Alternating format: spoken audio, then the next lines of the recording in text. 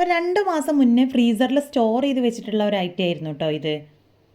അപ്പോൾ ചക്കച്ചോളൊക്കെ നല്ല പോലെ കഴുകിയെടുത്തതിന് ശേഷം അതിലെ കുരുവൊക്കെ ഒന്ന് കളഞ്ഞതുപോലെ ചെറിയ പീസ് ആക്കിയിട്ട് കട്ട് ചെയ്തെടുത്തതിന് ശേഷമാണ് ഞാൻ ഫ്രീസറിൽ സ്റ്റോർ ചെയ്തിട്ടുണ്ടായിരുന്നത്.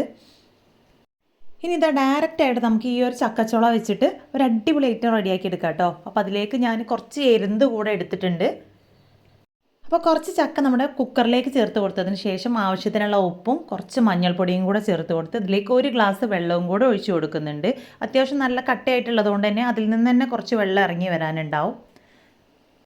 ഇനി നമ്മുടെ ചക്ക ഒരു 2-3 വിസിൽ വരുന്നത് വരെ വെയിറ്റ് ചെയ്യാം. അപ്പോൾ ആ ഒരു സമയത്തിൻ്റെ ഉള്ളിൽ തന്നെ എരുന്നിലേക്ക് ആവശ്യത്തിനുള്ള ഉപ്പും കുറച്ച് മഞ്ഞൾപ്പൊടിയും കൂടെ ചേർത്ത് കുറച്ച് വെള്ളവും കൂടെ ഒഴിച്ചിട്ട് നല്ല രീതിയിലൊന്ന് വേവിക്കാനായിട്ട് മാറ്റി വെക്കണം. അപ്പോൾ എല്ലാ എരുന്തും ഫുള്ളായിട്ട് ഓപ്പണായി വരുന്നത് വരെയാണ് കേട്ടോ നമുക്കിതിനെ വേവിച്ചെടുക്കേണ്ടത്. അപ്പോൾ ഇതും കൂടെ വെന്ത് വരുന്ന സമയം കൊണ്ട് ഇതിലേക്ക് ഒരു അരപ്പ് റെഡിയാക്കി എടുക്കാം. അരമുറി തേങ്ങയിലേക്ക് ചുവന്നുള്ളിയും വെളുത്തുള്ളിയും കറിവേപ്പിലയും പിന്നെ കുറച്ച് പെരിഞ്ചീരകവും പച്ചമുളകും ചേർത്തിട്ടാണ് കേട്ടോ അരച്ചെടുത്തിട്ടുള്ളത്. അപ്പോൾ 3 വിസിൽ വന്നപ്പോഴേക്കും നമ്മുടെ ചക്കയൊക്കെ നല്ല രീതിയിൽ വെന്ത് കിട്ടിയിട്ടുണ്ട്. ഇനി ഇതിനെ നല്ലപോലെ ഒന്ന് ഉടച്ചെടുക്കാം.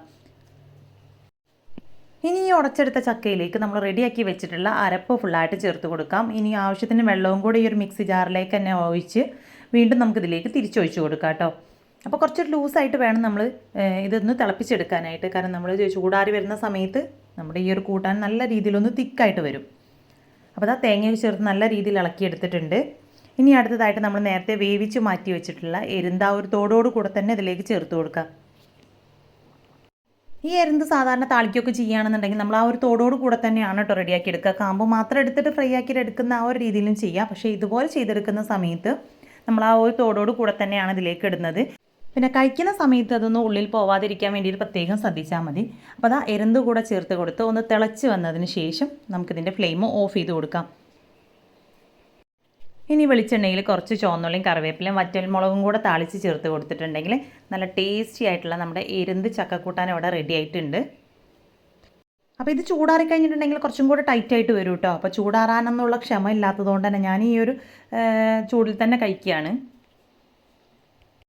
എനിക്ക് പേഴ്സണലി സാധാരണ ചക്കക്കൂട്ടാൻ ഉണ്ടാക്കുന്നതിനേക്കാളും ഇതുപോലെ എരുന്തിട്ടിട്ട് ചെയ്തെടുക്കുകയാണെന്നുണ്ടെങ്കിൽ ഭയങ്കര ഇഷ്ടമാണ് കേട്ടോ. ഇവിടെ മക്കൾക്കും അതേ രീതിയിൽ തന്നെയാണ് എരുന്തിടുമ്പോഴാണ് അവർക്കും കൂടുതലായിട്ട് ഇഷ്ടമുള്ളത്.